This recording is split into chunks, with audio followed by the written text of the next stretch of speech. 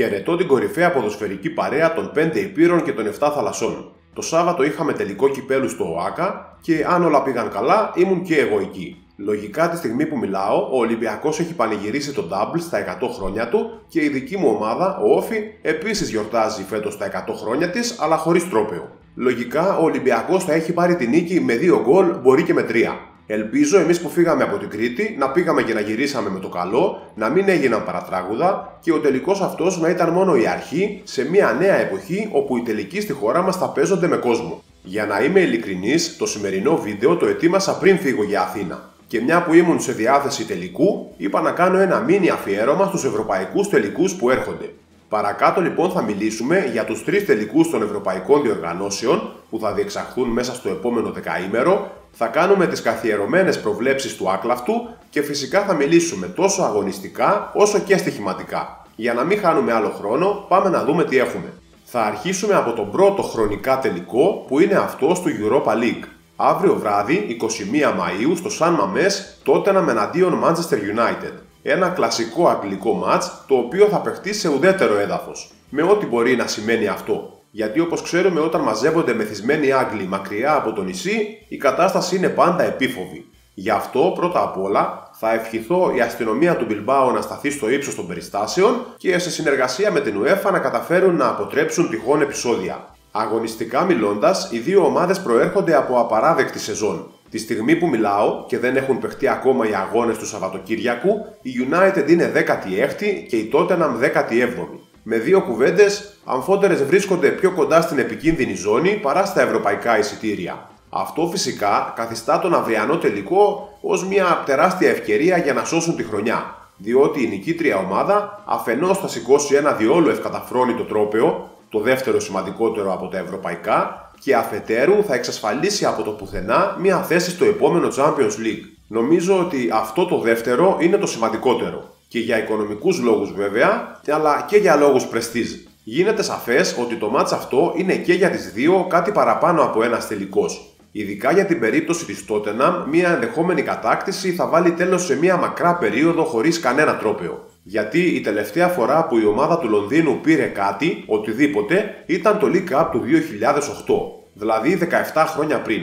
Αν μιλήσουμε για ευρωπαϊκά τρόπαια δε, η προηγούμενη φορά που κατάφερε κάτι αντίστοιχο ήταν όταν ήμουν ενός έτους. Το 1984, 41 χρόνια πριν, όταν οι Spurs κατέκτησαν το κύπελο UEFA. Από την άλλη, η United με τίποτα δεν μπορεί να πει ότι είναι σε καλύτερο φεγγάρι. Πλέον μετράει 12 χρόνια χωρίς πρωτάθλημα και 17 από το τελευταίο Champions League που σήκωσε. Βέβαια, εκείνη έχει πάρει το Europa League πιο πρόσφατα αφού τα κατάφερε το 2017. Αν το κατακτήσει φέτος, θα πρόκειται για μια ανάσα και για το πρώτο τρόπαιο στην εποχή του Αμορίμ. Που ουσιαστικά δηλαδή θα σημαίνει ότι γίνεται μια νέα αρχή. Θα έχει περισσότερο ένα συμβολικό χαρακτήρα και θα κάνει την ομάδα να αναθαρρήσει. Και τον κόσμο της βέβαια. Στην πρώτη φάση, οι δύο ομάδες πέρασαν χαλαρά στην τρίτη και την τέταρτη θέση, δηλαδή μπήκαν απευθείας στη φάση των 16, ωστόσο η μετέπειτα πορεία τους είχε δυσκολίες. Η μεν Tottenham πήρε δύσκολη πρόκριση τόσο στη φάση των 16, αφού έχασε από την Alkmaar στο πρώτο μάτς με 1-0 και έκανε ανατροπή στο δεύτερο, όσο και στα προημιτελικά, όπου έφερε ισοπαλία εντός με την Eintracht αλλά έκανε διπλό στη ρεβάνς. Η The United πέρασε από τη φάση των 16 με αντίπαλο τη Sociedad με ισοπαλία έξω και άνετη επικράτηση μέσα. Στα προημιτελικά όμως, απέναντι στη Lyon έκανε μια επική πρόκριση με 5-4 στην παράταση στο Old Trafford, αφού πρώτα ήταν με το 1,5 πόδι έξω.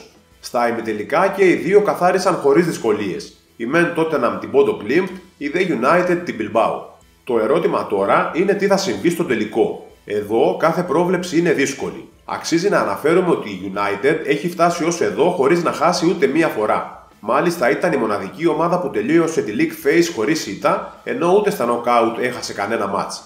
Αν φέρουμε στο μυαλό μας τη μέχρι τώρα παρουσία των δύο φιναλίστ, μπορούμε να πούμε ότι και οι δύο σκοράρουν, η United μάλλον με λίγο μεγαλύτερη άνεση, αλλά και οι δύο τρώνε γκολ. Το λογικό λοιπόν θα ήταν να σκοράρουν και οι δύο στο τελικό και αυτό περιμένω να συμβεί. Αυτή θα είναι η μία πρόβλεψη που θα κάνω.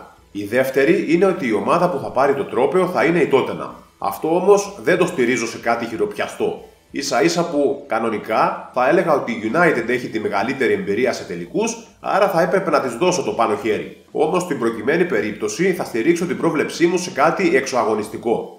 6 χρόνια πριν η Tottenham έπαιξε ξανά ευρωπαϊκό τελικό, ξανά με αντίπαλο από την Αγγλία, ξανά σε ισπανικό έδαφος. Ήταν το 2019 όταν αντιμετώπισε τη Liverpool για το Champions League στη Μαδρίτη. Τότε έχασε με 2-0. Πιστεύω ότι το φετινό σενάριο έρχεται να της δώσει πίσω κάτι από αυτό που της στέρισε τότε.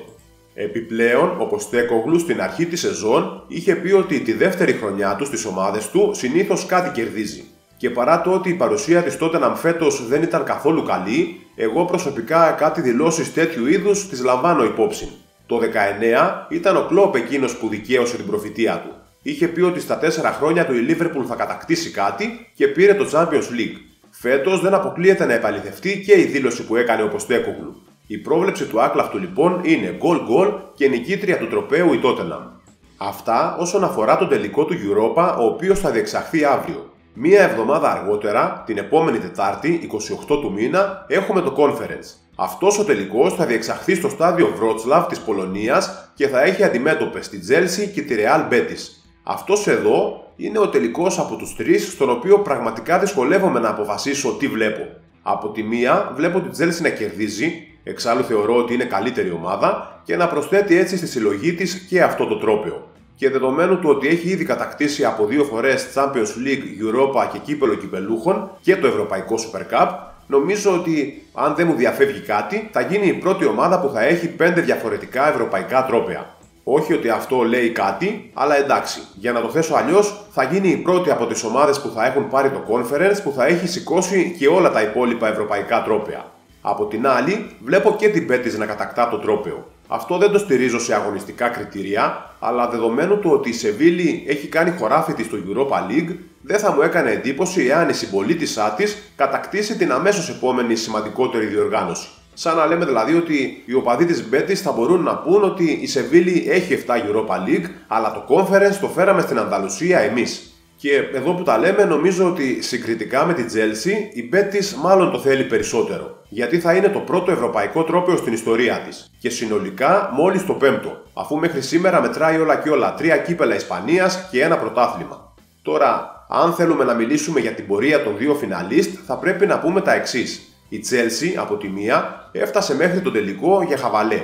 6 στα 6 στην πρώτη φάση, 2 στα 2 απέναντι στην Κοπενχάγη, στη φάση των 16, καθάρισε στα προημιτελικά τη Λέγκια από το πρώτο μάτς με 0-3 και πήρε και τα 2 μάτς με την Djurgården στα ημιτελικά. Ουσιαστικά σε 12 μάτς έχει πάρει τα 11, ενώ έχασε μόνο στη ρεβάνς απέναντι στη Λέγκια με 1-2. Δηλαδή έχει δικαιολογήσει απόλυτα την ταμπέλα του φαβορί στη διοργάνωση.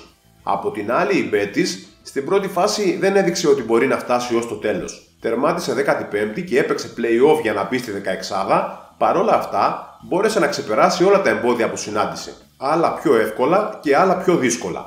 Γκέντ, Βιτόρια Γκιμαράες, Γιαγκελόνια και στα ημιτελικά τη Φιωρεντίνα. Όλες έβαλαν δύσκολα στην ομάδα του Πελεγκρίνι. Παρόλα αυτά, όχι μόνο κατάφερε να φτάσει μέχρι εδώ, αλλά ταυτόχρονα είναι μέσα στην πρώτη εξάδα και στο Ισπανικό πρωτάθλημα. Στο μάτς αυτό θεωρώ ότι δεν χρειάζεται να αναλύσουμε ποιος είναι το φαβορί. Η Chelsea είναι και αυτό είναι αυτονόητο. Ωστόσο, μια που όταν κάνω προβλέψεις συνήθως κάτι στραβώνει, θα πω ότι βλέπω Betis. Όχι επειδή είναι καλύτερη ομάδα, αλλά περισσότερο γιατί πιστεύω ότι ο Πελεγκρίνι μπορεί να πάρει τη μάχη των 2 προπονητών. Καθώς επίσης επειδή η Betis έχει μεγαλύτερο κίνητρο. Για την Chelsea το μεγάλο ζητούμενο της σεζόν θα είναι να πάρει το εισιτήριο για το Champions League από το πρωτάθλημα. Για την Betis ένα ευρωπαϊκό τρόπαιο θα είναι μια ιστορία που θα έχουν οι οπαδοί της να λένε στα εγγόνια τους. Οπότε θέλετε επειδή τα κοιτάζω αυτά, θέλετε επειδή μου αρέσει περισσότερο σαν ιστορία, θα πω Betis. Και θα κλείσουμε με το μεγάλο τελικό του Champions League. Παρί Ίντερ στο Μόναχο, Σάββατο 31 Μαΐου. Από τη μία, η ομάδα που αφού απέτυχε να κάνει κάτι πολύ μεγάλο με τις βεντέτες, Μέση, Νεϊμάρ και Εμπαπέ, φέτος είναι στα καλύτερά της χωρίς να έχει μεγάλα ονόματα. Επιτέλους, η Παρί θυμίζει 100% ομάδα. Η δουλειά του Λουίς Ενρίκε νομίζω ότι φαίνεται ξεκάθαρα και το ρόστερ της για πρώτη φορά μετά από χρόνια αποτελείται από μονάδες που παίζουν για την ομάδα, όχι από φίρμες που παίζουν για τον εαυτό τους. Η φετινή Παρί είναι δεμένη, καλά οργανωμένη, έχει μια σούπερ τριάδα στη μεσαία γραμμή, ο ένας καλύτερος από τον άλλο, έχει αξιοπρεπέστατη άμυνα και μπροστά μια άλλη τριάδα η οποία όταν βρει χώρο είναι το κάτι άλλο.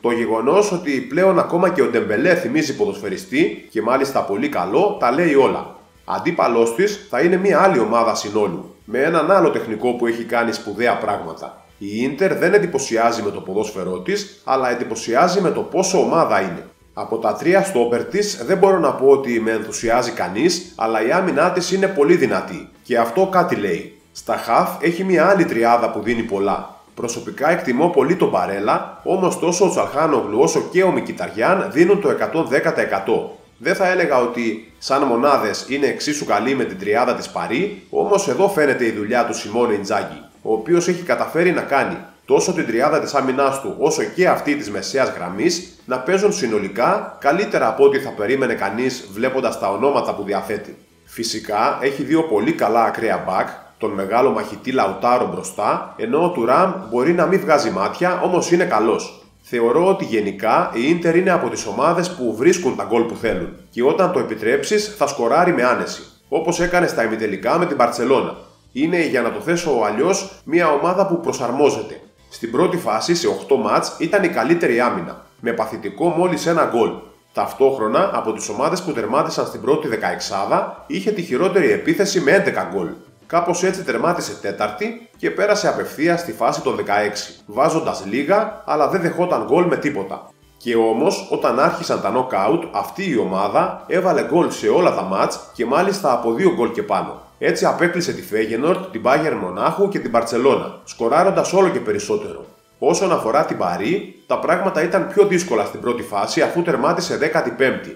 Θεωρητικά, κινδύνευε μέχρι και την τελευταία αγωνιστική να μείνει εκτός. Ωστόσο, όταν άρχισαν τα knockout έδειξε άλλο πρόσωπο. Έβγαλε πανηγυρικά έξω την Brest στα play-off με τέρματα 10-0 σε 2 μάτς και στη συνέχεια πήρε μια σπουδαία πρόκριση απέναντι στη Liverpool. Η Παρί σε σύνολο 2 αγώνων ήταν καλύτερη. Έχασε άδικα το πρώτο μάτς στο Παρίσι, αλλά κέρδισε το δεύτερο και πέρασε στα πέναλτι. Παρά το ότι είμαι Liverpool, έχω ξαναπεί ότι θεωρώ δίκαιη την πρόκριση αυτή. Στα προημιτελικά έβγαλε έξω όχι εύκολα αλλά δίκαια την Άστον Βίλα, ενώ στα ημιτελικά απέναντι στην Arsenal πιστεύω ότι πήρε ξανά μια πανάξια πρόκριση. Στον τελικό έχει να αντιμετωπίσει μια Ίντερ που όπως είπα είναι ομάδα συνόλου και προπονητή. Αγωνιστικά μιλώντας θεωρώ ότι το μάτς είναι 50-50, αλλά βλέπω να το σηκώνει η Παρί για δύο λόγους. Πρώτον, διότι το σενάριο να πάρει η Παρί το Champions League πριν το πάρει ο Εμπαπέ με τη Real μου μοιάζει όλο και πιο πιθανό. Εννοείται ότι ο Γάλλος είναι παιχταράς και έκανε καλή χρονιά φέτος, αλλά θα είναι μεγάλη ηρωνία, από αυτές που συμβαίνουν πολλές φορές στο ποδόσφαιρο. Και κυρίως θα επιβραβευτεί η Παρί για αυτό που έκανε τη σεζόν αυτή. Αποφάσισε δηλαδή να φτιάξει ομάδα και όχι θείασο όπως έκανε στο παρελθόν. Αν λοιπόν το πάρει, θα μπορούσαμε να πούμε ότι είναι μία επιβράβευση. Ο δεύτερος λόγος που με κάνει να βλέπω την Παρί να κερδίζει είναι πιο πολύ συναισθηματικός και έχει να κάνει με τον Λουίς Ενρίκε. Όλο και περισσότερο διαβάζω δημοσιεύσεις σχετικά με την κορούλα του. Η στάση που έχει κρατήσει όλο αυτό το διάστημα είναι αξιοθαύμαστη. Θεωρώ ότι δείχνει τη δύναμη που έχει ο ίδιος σαν άνθρωπος. Μπορεί το ζήτημα αυτό να μην έχει ποδοσφαιρικό χαρακτήρα, αλλά δεν ξέρω. Στο πλαίσιο των ημιτελικών έκανε μία αναφορά. Θύμισε μία φωτογραφία της από τον τελικό του 2015, όπου εκείνη πανηγύρισε μαζί του με μία σημαία της Μπαρτσελώνα. Φέτος, 10 χρόνια αργότερα, όπως είπε ο ίδιος, η Χάνα δεν θα είναι εδώ. Όμως του δίνει κίνητρο. Όταν διάβασα αυτή τη δήλωση, πείτε με αφελή, αλλά πίστεψα ότι θα τα καταφέρει. Βλέπω λοιπόν Παρί, παρά το ότι, όπως είπα, καθαρά ποδοσφαιρικά, δεν βλέπω καμία ομάδα να είναι φαβορί. Αυτές είναι οι προβλέψεις που είχα να κάνω εγώ αναφορικά με τους ευρωπαϊκούς τελικούς. Εννοείται ότι θα περιμένω αυτές που έχετε να κάνετε εσείς. Είτε αφορούν στις ομάδες που θα πάρουν τα 3 τρόπαια, είτε οτιδήποτε άλλο. Παράξενο ή μη. Να είστε καλά. Αν σας άρεσε το βίντεο μπορείτε να κάνετε subscribe και κυρίως να πατήσετε το καμπανάκι ώστε να ενημερώνεστε κάθε φορά που ανεβαίνει νέο βίντεο. Να είστε καλά και μην ξεχνάτε, το ποδόσφαιρο είναι παιχνίδι.